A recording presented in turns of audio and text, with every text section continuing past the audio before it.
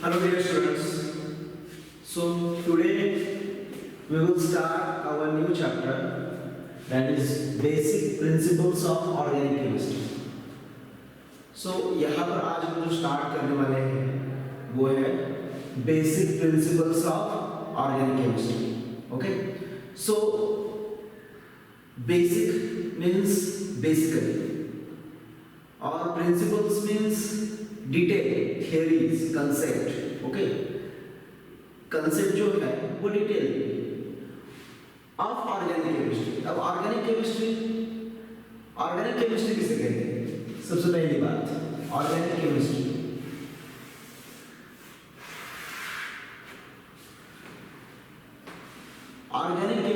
is the branch of science which deals with the study of organic compound. Okay, it is the branch of chemistry, यानी कि जो chemistry है वो branch of science है और organic chemistry branch, यानी कि organic chemistry is the branch of chemistry which deals with the study of organic compounds. Okay, अब ऑर्गेनिक कंपाउंड्स के बारे में जानेंगे. अब ऑर्गेनिक कंपाउंड्स किसे कहते हैं? जनरली ये जो पूरा एनवायरनमेंट है, इस एनवायरनमेंट में जितना मैटर अवेलेबल है उनमें सबसे ज़्यादा जो है वो ऑर्गेनिक कंपाउंड्स मौजूद हैं. अब ये जो ऑर्गेनिक कंपाउंड्स है उसके लिए बेहतरीन आपको एग्जांपल देना चाहूँगा जो है हम खुद. ओके, हम खुद एक ऑर्गेनिक कंपाउंड हैं. अब ऑर्गेनिक कंपाउंड किसे कहते हैं? ओके, ऑर्गेनिक कंपाउंड किसे कहते हैं? कंपाउंड्स में तो बहुत टाइप्स हैं. ऑर्गेनिक कंपाउंड है, इनऑर्गेनिक कंपाउंड है, कोऑर्डिनेशन कंपाउंड है. ओके, सो ये जो टाइप्स हैं अलग अलग कंपाउंड्स के, उनमें ऑर्गेनिक कंपाउंड किसे कहते हैं? तो ऑर्गेनिक कंपाउंड हम उसे कहेंगे जो कंपाउंड कार्बन एटम से बना हुआ है. ओके, यानी जिसमें कार्बन एटम मौजूद है. जो कार्बन एटम है उसके साथ हाइड्रोजन भी इसेंशियल है. लेकिन कुछ कंपाउंड्स इस तरह के हैं जो ऑर्गेनिक कंपाउंड है लेकिन उसमें हाइड्रोजन मौजूद नहीं है. For example CCl4, carbon tetrachloride, carbon tetrabromide, ये जो है इसमें हाइड्रोजन मौजूद नहीं है, फिर भी ये ऑर्गेनिक कंपाउंड कहलाएगा. ओके, तो जनरली बेसिकली ऑर्गेनिक कंपाउंड किसे कहते हैं? जो कार्बन एटम से बना हुआ है. जो कंपाउंड कार्बन एटम से बना हुआ है उस कंपाउंड को हम कहेंगे ऑर्गेनिक कंपाउंड. उसके साथ हाइड्रोजन भी बहुत जरूरी है, इसेंशियल है. मेजरली बेसिकली कार्बन के साथ अगर हाइड्रोजन होगा तो उसे ऑर्गेनिक कंपाउंड कहा जाता है. ओके, लेकिन किसी कंपाउंड में हाइड्रोजन मौजूद नहीं है. फॉर एग्जांपल अभी मैंने आपको बताया CCl4, कार्बन टेट्राक्लोराइड, लेकिन ये कार्बन एटम से बना हुआ है. यानी बेसिकली आपको क्या देखना है, अगर वो कार्बन एटम से बना हुआ है तो वो ऑर्गेनिक कंपाउंड है. लेकिन इसमें भी एक्सेप्शंस है. क्या है आप देख सकते हो. कार्बन मोनोऑक्साइड, कार्बन डाइऑक्साइड, ये हुआ कार्बन मोनोऑक्साइड और ये हुआ कार्बन डाइऑक्साइड. अब ये जो दोनों भी कंपाउंड्स है, इस कंपाउंड्स में आप देख सकते हो यहां पर आप कार्बन एटम मौजूद है. देखिए यहां पर कार्बन एटम मौजूद है, कार्बन मोनोऑक्साइड में कार्बन एटम मौजूद है और कार्बन डाइऑक्साइड में भी कार्बन एटम मौजूद है. दोनों भी कंपाउंड में कार्बन एटम मौजूद है, लेकिन ये ऑर्गेनिक कंपाउंड नहीं है. अब ये ऑर्गेनिक कंपाउंड नहीं है तो यही तो एक्सेप्शन है. हम कहते हैं ऑर्गेनिक कंपाउंड किसे कहते हैं? जो कार्बन एटम से बना हुआ है. बेसिकली जो कार्बन एटम से बना हुआ है उसे हम ऑर्गेनिक कंपाउंड कहते हैं. लेकिन ये एक्सेप्शन है क्योंकि ये इनऑर्गेनिक कंपाउंड है. कार्बन मोनोऑक्साइड और कार्बन डाइऑक्साइड ये कार्बन एटम से बने हुए हैं, लेकिन ये इनऑर्गेनिक कंपाउंड्स हैं. अब ये इनऑर्गेनिक कंपाउंड्स क्यों है? क्योंकि ये जो कार्बन मोनोऑक्साइड और कार्बन डाइऑक्साइड है ये कार्बन एटम कंटेन करते हैं, लेकिन जो फिजिकल और केमिकल प्रॉपर्टी है वो सिमिलर दिखाते हैं इनऑर्गेनिक कंपाउंड की तरह. यानी इनऑर्गेनिक कंपाउंड्स जो फिजिकल और केमिकल प्रॉपर्टीज दिखाते हैं उसकी तरह ये कार्बन मोनोऑक्साइड और कार्बन डाइऑक्साइड भी ये दिखाते हैं, इसलिए ये एक्सेप्शंस है। हम कहते हैं जनरली जो ऑर्गेनिक कंपाउंड बना हुआ है वो कार्बन से बना हुआ है। हम कहते हैं जनरली ऑर्गेनिक कंपाउंड जो बना हुआ है वो कार्बन आइटम से बना हुआ है, लेकिन ये एक्सेप्शन, ये इनऑर्गेनिक कंपाउंड है। कार्बन मोनोऑक्साइड और कार्बन डाइऑक्साइड ये इनऑर्गेनिक कंपाउंड है, जबकि इसमें कार्बन आइटम मौजूद है, जबकि इसमें कार्बन आइटम मौजूद है। और एक बताना चाहूंगा, CaCO3 कैल्शियम कार्बोनेट। अब यहां पर भी आप देख सकते हो कार्बन आइटम मौजूद है, CaCO3 कार्बन आइटम मौजूद है, लेकिन ये भी इनऑर्गेनिक कंपाउंड है, यानी कार्बोनेट जो है वो भी इनऑर्गेनिक कंपाउंड्स है। नेक्स्ट CH2 कार्बन डाइसल्फाइड, इसमें भी कार्बन आइटम मौजूद है, लेकिन ये इनऑर्गेनिक कंपाउंड्स है। समझ में आ गया? ऑर्गेनिक कंपाउंड्स किसे कहते हैं, इनऑर्गेनिक कंपाउंड्स किसे कहते हैं? ऑर्गेनिक कंपाउंड्स हम उसे कहते हैं जो कार्बन आइटम से बना हुआ है, जो कार्बन आइटम से बना हुआ है, साथ में उसके अगर हाइड्रोजन अवेलेबल होगा, मोस्टली बेसिकली हाइड्रोजन अवेलेबल होता है, तो उसे हम हाइड्रोकार्बन कहते हैं या फिर ऑर्गेनिक कंपाउंड कहते हैं। लेकिन कुछ कंपाउंड जो है उसमें हाइड्रोजन मौजूद नहीं है, for example CCl4 carbon tetrachloride. अब इसमें जो है हाइड्रोजन मौजूद नहीं है, लेकिन ये ऑर्गेनिक कंपाउंड है क्योंकि ये कार्बन आइटम से बना हुआ है और ये फिजिकल और केमिकल प्रॉपर्टी ऑर्गेनिक कंपाउंड की तरह दिखाता है। अब ये जो देख रहे हो आप, carbon monoxide, carbon dioxide, calcium carbonate, carbon disulphide, ये भी कार्बन आइटम से बने हुए हैं, लेकिन ये इनऑर्गेनिक कंपाउंड्स नहीं है, सॉरी ये ऑर्गेनिक कंपाउंड्स नहीं है, ये इनऑर्गेनिक कंपाउंड्स है, ये इनऑर्गेनिक कंपाउंड्स है। ये एक्सेप्शन है ऑर्गेनिक कंपाउंड्स के लिए, ये एक्सेप्शंस है ऑर्गेनिक कंपाउंड्स के लिए। अब फिर हम इनऑर्गेनिक कंपाउंड किसे कहेंगे? अब हम इनऑर्गेनिक कंपाउंड किसे कहेंगे? हम इनऑर्गेनिक कंपाउंड उसे कहेंगे जो कार्बन आइटम से नहीं बना हुआ है, जिसमें कार्बन आइटम मौजूद नहीं है, जो कार्बन आइटम से नहीं बना हुआ है, तो वहां से भी अगर आप देखोगे तो ये एक्सेप्शन कहलाएगा। यानी इनऑर्गेनिक कंपाउंड के लिए भी एक्सेप्शन है, ऑर्गेनिक कंपाउंड के लिए भी एक्सेप्शंस है। यानी इनऑर्गेनिक कंपाउंड हम किसे कहते हैं? जो कार्बन आइटम से नहीं बना हुआ है, लेकिन carbon monoxide, carbon dioxide, calcium carbonate, carbon disulphide ये इनऑर्गेनिक कंपाउंड है, इनमें कार्बन आइटम मौजूद है, यानी ये इनऑर्गेनिक कंपाउंड के लिए भी एक्सेप्शन कहलाएगा। लेकिन इन ओरिजिनल आपको ये याद रखना है, ये इनऑर्गेनिक कंपाउंड्स है, ओके, ये इनऑर्गेनिक कंपाउंड्स है। तो जो इनऑर्गेनिक कंपाउंड है और ऑर्गेनिक कंपाउंड है उसके बारे में हमने डिटेल में जानकारी ले ली है, तो आगे बढ़ेंगे। अब जो ऑर्गेनिक कंपाउंड है वो बेसिकली कार्बन आइटम से बना हुआ है, क्योंकि हमने अभी देखा हुआ है जो ऑर्गेनिक कंपाउंड बना हुआ है वो ऑर्गेनिक कंपाउंड कार्बन आइटम से बना हुआ है। किससे? कार्बन आइटम से बना हुआ है। अगर वो कार्बन आइटम से बना हुआ है तो कार्बन आइटम के बारे में जानकारी लेना बहुत जरूरी है। तो आखिर कार्बन आइटम है क्या, उसके बारे में हम जानकारी लेंगे। तो कार्बन आइटम जो है वो एक तरह का एलिमेंट है, एटम्स ऑफ एन एलिमेंट्स। अब ये जो एलिमेंट है ये पीरियोडिक टेबल में मौजूद है, पीरियोडिक टेबल में मौजूद है। अब पीरियोडिक टेबल में इसका इस कार्बन आइटम का जो एटॉमिक नंबर है वो है 6, कार्बन आइटम का जो एटॉमिक नंबर है वो है 6, ओके, कार्बन आइटम का जो एटॉमिक नंबर है वो है 6। सो पीरियोडिक टेबल में इसकी जो जगह है वो 6th पोजीशन है, 6th position in periodic table, okay, according to, because in periodic table elements are arranged in their atomic with reference to atomic number, उन्हें एटॉमिक नंबर के अनुसार वहां पर जगह दी गई है। उसी तरह से कार्बन आइटम 6th प्लेस पर, यानी उसका एटॉमिक नंबर 6 है तो उसे 6th प्लेस पर जगह दी गई है। ओके, सो कार्बन आइटम जो है उसका एटॉमिक नंबर कितना है 6।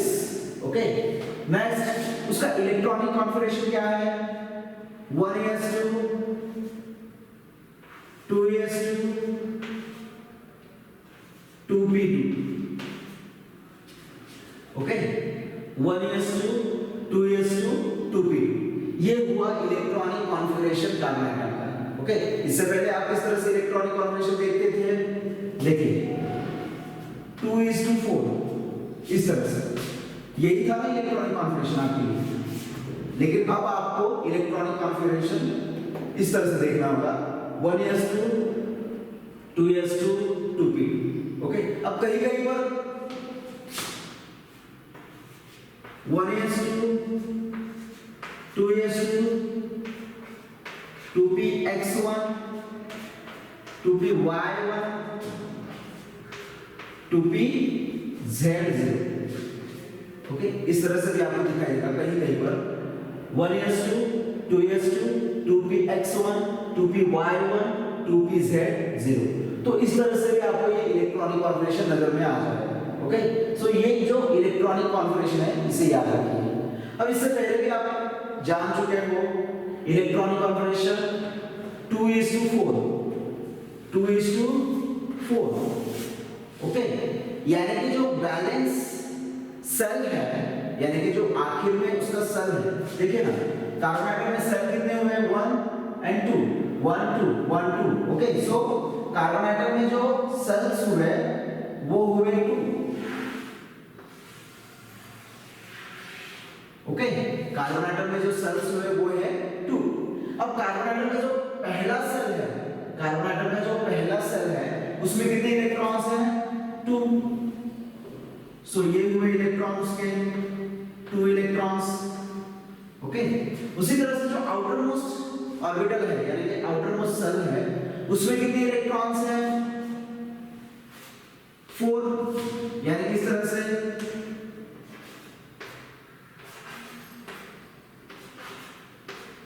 ओके, सो जो आउटर मोस्ट सेल है कार्बन आइटम में उसमें जो इलेक्ट्रॉन्स मौजूद है वो है 1 2 3 4। उसमें इलेक्ट्रॉन्स मौजूद है 4, यानी कि उसके वैलेंस सेल में जो इलेक्ट्रॉन मौजूद है वो है 4। ओके, अब अगर कार्बन आइटम को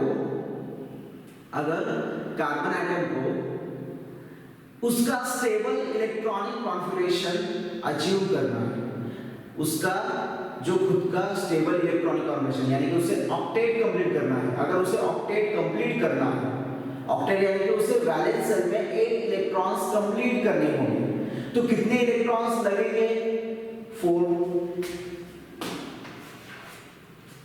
यानी उसे 4 इलेक्ट्रॉन्स की जरूरत है उसे खुद की जो ऑक्टेट है वो कंप्लीट करने के लिए, यानी उसे खुद स्टेबल इलेक्ट्रॉनिक कॉन्फिगरेशन कंप्लीट करने के लिए 4 इलेक्ट्रॉन्स की जरूरत है।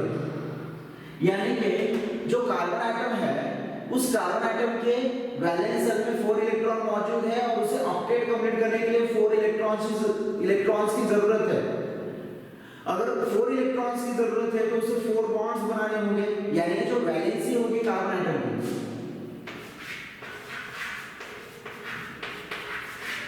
वो कितनी होगी 4, यानी जो वैलेंसी है कार्बन आइटम की वो होगी 4। अब वैलेंसी किसे कहते हैं, वैलेंसी उसे कहते हैं जो उसकी कैपेसिटी होती है, यानी किसी एलिमेंट्स की कैपेसिटी होती है किसी और एलिमेंट्स या एटम या ग्रुप के साथ बॉन्ड बनाने के लिए, एटम्स ऑफ एन एलिमेंट्स के साथ या फिर ग्रुप्स के साथ बॉन्ड बनाने के लिए जो कैपेसिटी होगी किसी एलिमेंट्स की, सो वही उसका कहलाएगा वैलेंसी। अब देखिए कार्बन आइटम जो है वो 4 बॉन्ड्स बना सकता है, मैक्सिमम 4 बॉन्ड्स बना सकता है क्योंकि उसकी वैलेंसी कितनी है 4, यानी कि यही उसकी कैपेसिटी है। वो किसी एलिमेंट्स के साथ या किसी ग्रुप्स के साथ जो बॉन्ड बनाएगा वो मैक्सिमम बॉन्ड कितना बना सकता है 4, या फिर वो खुद की कितनी इलेक्ट्रॉन शेयर कर सकता है 4, यानी वो 4 इलेक्ट्रॉन्स दे सकता है या 4 इलेक्ट्रॉन्स ले सकता है। फॉर एग्जांपल आपको बताना चाहूंगा CH4